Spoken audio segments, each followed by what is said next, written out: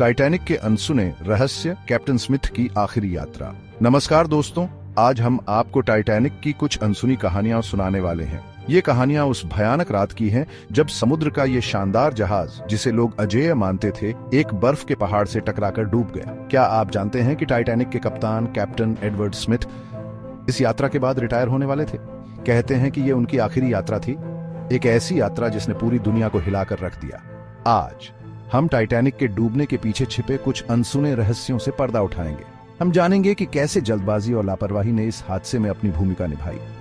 तैयार हो जाइए दोस्तों, क्योंकि सच कभी कभी कहानियों से भी ज्यादा अजीब होता है। कैप्टन एडवर्ड स्मिथ अनुभवी और सम्मानित टाइटैनिक के कप्तान थे। उनका नाम समुद्र की दुनिया में बड़े आदर से लिया जाता था। सोचिए, 40 साल से भी ज्यादा समय तक समुद्र की लहरों को चीरते हुए उन्होंने अपनी पूरी जिंदगी जहाजों को दे दी।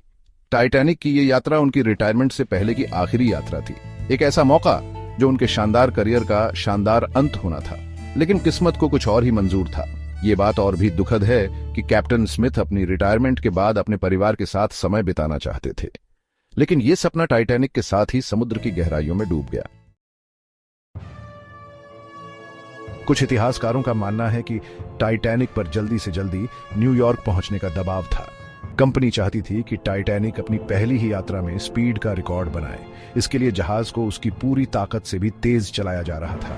ऐसा भी कहा जाता है कि जहाज के मालिक ब्रूस ईस्मे ने कैप्टन स्मिथ पर तेज चलने का दबाव डाला था। क्या यह जल्दबाजी टाइटैनिक के लिए भारी पड़ी? क्या थोड़ा धीरे चलकर यह जहाज उस बर्फ के पहाड़ से बच सकता था? भाग 3, अनसुनी चेतावनियां।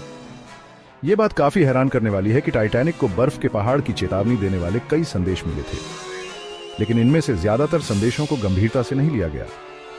कुछ संदेशों को तो पढ़ा भी नहीं गया और कुछ को अनदेखा कर दिया गया। क्या यह लापरवाही थी या फिर किस्मत का खेल? एक बात तो पक्की है, अगर इन चेतावनियों पर ध्यान दिया जाता तो शायद इतना बड़ा हादसा न होता।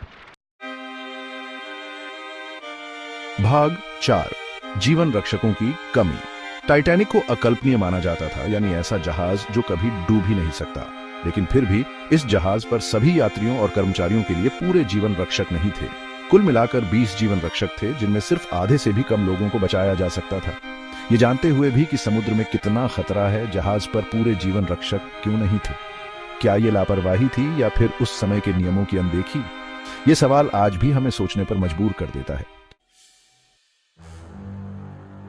भाग 5, सच्चाई पर पर्दा।